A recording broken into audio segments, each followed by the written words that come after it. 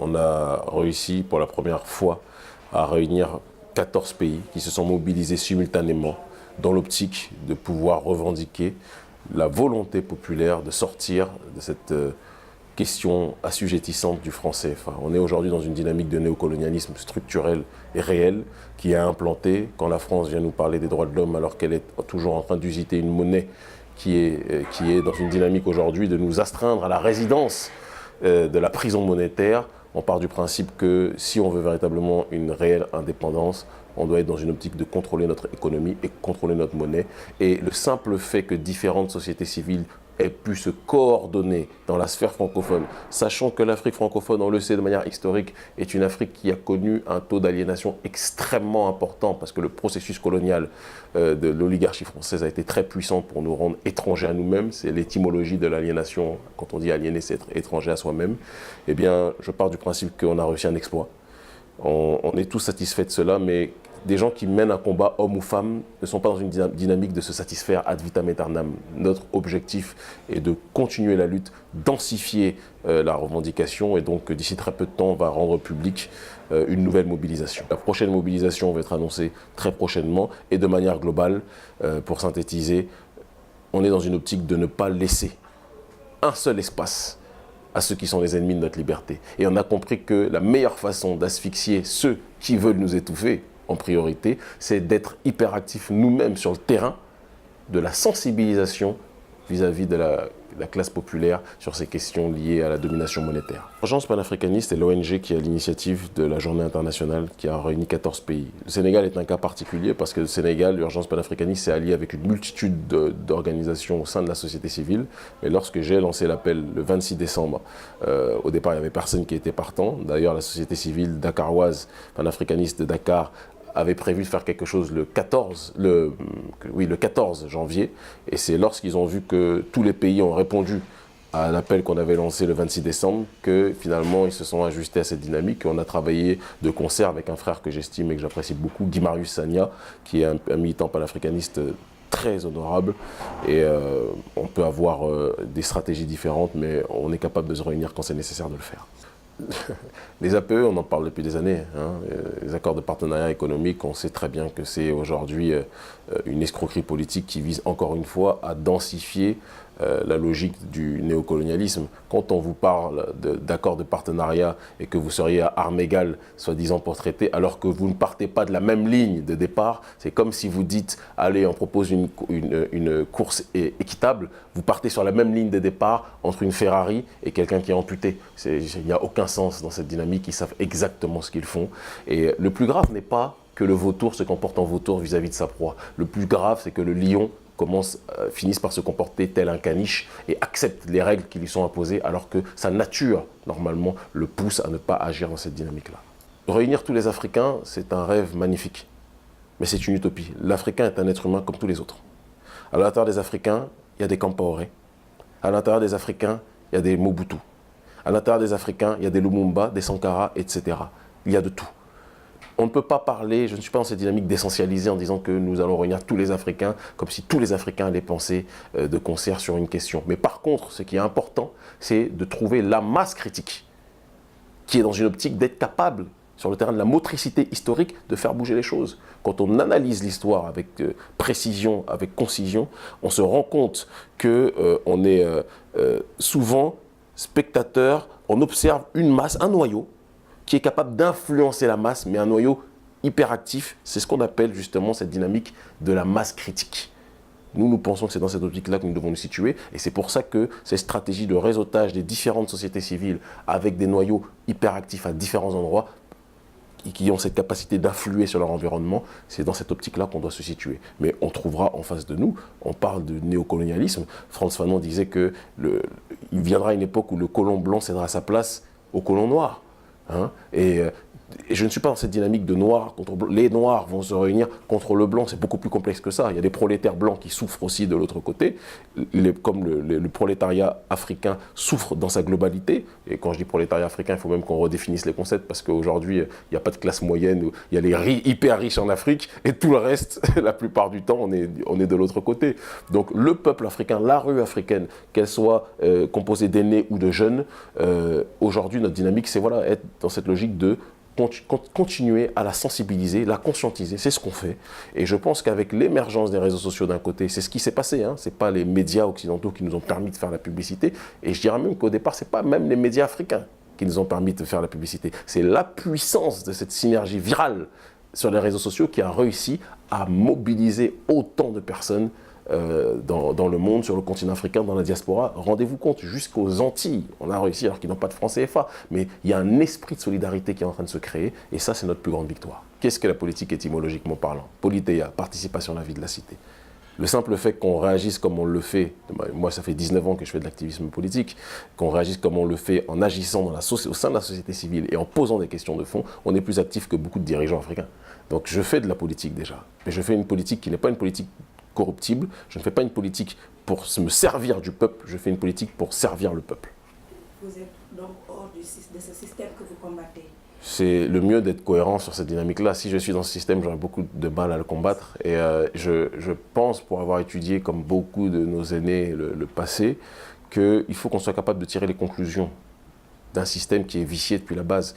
Les règles du jeu politique d'aujourd'hui n'ont pas été composées par nous-mêmes. On les a intégrées. Souvent, quand j'entends des gens qui se disent libéraux, quand j'entends des gens qui se disent socialistes, etc., je souris. Parce qu'on est en train d'adopter des réflexions exogènes par rapport à un paradigme africain sur le terrain sociétal qui est complètement éloigné de ces réalités-là. Donc pour éviter cette schizophrénie politique, notre but, c'est de contribuer à constituer une société civile qui est indépendante. La décolonisation passera cette fois-ci par le bas, beaucoup plus par le haut. Le panafricanisme dans les années 60 a été beaucoup plus une question d'élite qu'une question de rue. Nous, notre stratégie, c'est de contribuer à toucher les sociétés civiles et que ça finisse par émerger vers le haut. Et la preuve de ce que l'on dit, c'est que, je vous donne un petit scoop, il y a certaines chancelleries africaines qui ont déjà réagi à notre mobilisation du 7 janvier, notamment en Afrique centrale. Vous allez entendre dans les quelques jours qui suivent quelqu'un que je peux ne pas apprécier profondément parce que j'ai beaucoup de désaccords politiques avec lui, mais Idriss Déby va se prononcer dans les temps qui vont venir par rapport à la mobilisation de plus en plus grandissante de la société civile. Je vous le dis de source sûre, parce que ces gens-là sont en train de comprendre qu'ils ont intérêt à prendre conscience de ce qui est en train de se dérouler sur le continent africain au sein des rues. Nous, notre objectif, c'est d'être auprès de la base et de rester proche de ce peuple-là. Et ne pas servir l'agenda des uns ou des autres, mais servir l'agenda de nous-mêmes. Être dans l'autodétermination, l'anti-victimisation politique, parce que quand on parle de cette volonté de sortie du franc CFA, on n'est pas en train de dire nous sommes des pauvres opprimés, etc. Si nous en sommes là encore aujourd'hui, nous sommes les premiers responsables. Mais il est temps aujourd'hui qu'on lève la tête. Et on a cette capacité-là, on a des aînés qui nous conseillent, parce que c'est aussi ça, la société africaine, c'est une tradicratie, comme on dit, c'est un pouvoir traditionnel. Et je pense que face à une modernité qui nous est vendue comme la solution absolue à tout, quand on voit le résultat de la modernité en Occident avec la crise, justement, politique de ce monde moderne, il y a des questions de fond qu'on doit se poser dessus. Je pense qu'il faut qu'on soit très prudent, qu'on n'oublie pas une chose, médiatiquement parlant, c'est que tout ce qu'on dit à l'intérieur du média est regardé par ceux qui nous combattent aussi en regardant le média. Donc il y a des choses qu'on peut dire et il y a des choses qu'on se dit entre nous. Là, même si c'est une interview entre frères et sœurs, ce qui va être vu par la DGSE, va être vu par les renseignements français, etc., etc. Donc je vous dirais simplement que quand on veut boycotter quelque chose, qu'est-ce qu'on fait? On se renseigne déjà sur les produits. Donc on fait un recensement. On a dit que le boycott arrivera que si, lorsque les résolutions seront présentées aux chefs d'État africains qui à leur tour les présenteront aux dirigeants français, que si les dirigeants français font preuve de manœuvres dilatoires pour essayer de nous dribbler. S'ils nous dribblent, on enclenchera le boycott. Mais ce qu'on va faire en attendant que les résolutions soient reçues d'un côté et de l'autre, c'est que nous, on va commencer à recenser les produits français, parce qu'on sait lire. Parce qu'on est des gens qui sont... On a été éduqués. Et quand je dis on sait lire, c'est pas une question on sait lire les Français, mais on sait reconnaître un produit quand un produit n'est pas de chez nous. C'est peut-être aussi la période et le moment de privilégier aussi les produits locaux aux produits extérieurs, parce qu'on ne peut pas parler de souveraineté si on est toujours dans une dynamique de préférer ce qui est produit par l'autre que ce qui est produit par nous-mêmes. Voilà la dynamique dans laquelle on se situe. Complexe, je pense que ce serait très léger de parler en quelques minutes d'une situation aussi difficile.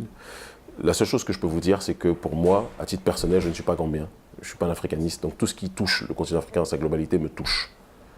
Adama Barrow qui nous parle de revenir dans le Commonwealth, moi, ça ne me parle pas. Qui parle de revenir à ces pays, à une période historique où tout le monde toutes les sociétés civiles africaines veulent en sortir, ça ne me parle pas et c'est pour moi beaucoup plus du domaine de la trahison politique.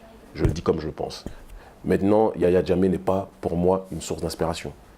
Quelqu'un qui a aussi beaucoup de responsabilités dans des meurtres de masse de sa population. Il arrive un moment où, quand on dirige, on ne doit pas être non plus l'ennemi prioritaire d'une grande partie de son peuple. Il faut faire très attention à cela. Même si, historiquement, quand on étudie même le parcours de certains de nos dirigeants, comme Nkrumah, Sékou Touré ou autres, on se rend compte que souvent l'impérialisme, pour déstabiliser des chefs d'État, a activé des oppositions factices qui étaient financées par l'extérieur pour déstabiliser des pouvoirs. Et le chef d'État, pour se protéger, à tort, a été dans l'excès en tuant des gens. C'est ce qui est arrivé à Sékou Touré, qui a fini par créer les géoles de Sékou Touré. Ce qui fait qu'aujourd'hui, son héritage extraordinaire est entaché par des choses qui auraient pu être évitées. Donc il faut aussi qu'on ait une lecture de l'histoire pour comprendre la réalité du présent. Mais si vous me demandez, moi, entre Yahya Jammeh et Adama Barrow, moi je dis que notre problème principal, c'est que la société civile n'a pas été capable de trouver un opposant sérieux. J'ai vu la dernière fois la photo d'Adama Barrow avec le maillot de l'équipe d'Arsenal. Si c'est ça l'avenir, si c'est ça ce qu'on veut, je pense qu'il faut qu'on se pose des questions. Donc si vous me demandez l'un ou l'autre, moi c'est ni l'un ni l'autre, c'est la société civile en priorité. Maintenant, par rapport au dénouement, je pense que Yahya Jammeh, au-delà d'ailleurs, je vous le dis très clairement, il y a certaines choses sur le terrain de la politique extérieure, moi, il y a Yahya Jammeh qui me parle beaucoup plus. Quand Yahya Jammeh veut partir du Commonwealth, ça me parle. Quand Yahya Jammeh, même si c'est peut-être pour que lui-même évite les sanctions personnelles, veut quitter la CPI, ça me parle. Quand Yahya Jammeh dit que le mariage gay qu'ils veulent imposer dans tous les pays africains, ça ne sera pas vivable chez lui, ça me parle. Donc, sur la politique extérieure, sa diplomatie, les propos qu'il a vis-à-vis de l'extérieur, du monde occidental, moi, c'est des choses qui me parlent. Mais être panafricaniste, ce n'est pas être dans une dynamique simplement d'être contre les autres. D'être contre l'impérialisme d'Occident, ça serait trop facile. Être panafricaniste, c'est aussi être dans une dynamique de contribuer à élever socialement, politiquement, son peuple, dans sa majorité. Mais quand on regarde l'histoire, on se rend compte que c'est très difficile, qu'il y a très peu de dirigeants qui, de leur vivant, même parmi nos héros, ont fait comment dirais-je, l'unanimité. Quand on regarde Thomas Sankara, que tout le monde aujourd'hui félicite, Thomas Sankara, lors de sa dernière interview, dit, avant de mourir, qu'il ne se sent incompris par son peuple. Parce que, contrairement à ce qu'on veut nous faire croire aujourd'hui, Sankara était impopulaire auprès de son peuple, de son vivant. Pourquoi les gens ne le disent pas? Lumumba est mort parce qu'avant que l'impérialisme puisse payer des gens pour le faire tuer, il était incompris de son peuple. Parce que l'impérialisme avait créé un climat d'hostilité autour de lui pour qu'il ne puisse pas être dans une dynamique de pouvoir faire son travail. Je ne compare pas, attention, qu'on ne soit pas naïf, je ne compare pas Yahya Jammeh à Lumumba ou Sankara, jamais de la vie. Mais je dis simplement que la réalité politique est extrêmement complexe. Moi, quand je vois des mamans gambiennes qui me disent que leur père, ou des jeunes sœurs, ou des jeunes frères qui me disent que leur père ou leur oncle ont été fait tuer par Yahya Jammeh, je ne peux pas rester insensible à ça. Parce que le combat politique ne doit pas se transformer en meurtre de masse. Ça, c'est un. Mais quand j'entends l'autre qui me dit qu'il veut revenir à la plantation qu'est le Commonwealth et la CPI, je ne peux pas non plus rester insensible à ça. Et c'est pour ça que la meilleure des choses, c'est d'observer, d'analyser et de supporter une société civile qui va être indépendante. Moi, je me méfie beaucoup des gens au sein de certaines sociétés civiles africaines qui vous disent que si on doit rentrer dans la plantation, on rentrera, tout sauf jamais. Moi, je ne fuirai jamais un dictateur pour venir dans les mains de la prison de l'oligarchie d'Occident. Jamais de la vie. Mais je connais des Gambiens qui ne sont ni pour l'impérialisme d'Occident, ni pour l'autocratie hystérique de Jammeh. Et ce sont ces gens-là sur lesquels je pense que la Gambie du futur devra se fonder. Un dernier mot à toute la jeunesse africaine. Sachez que les leaders de notre destin, c'est vous tous. Personne d'autre que vous tous. N'attendez pas un homme providentiel ou une femme providentielle. Dans cette génération, il n'y a pas de leader. Le leader, ça doit être chacun d'entre nous qui prend ses responsabilités, que vous soyez ouvrier, que vous soyez boulanger, que vous soyez boucher, que vous soyez journaliste, que vous soyez médecin, que vous soyez charpentier, que vous soyez peintre. Tout le monde doit devenir le messie de sa propre destinée. Et c'est l'addition d'hommes et de femmes responsables qui fera une Afrique libre plus que jamais.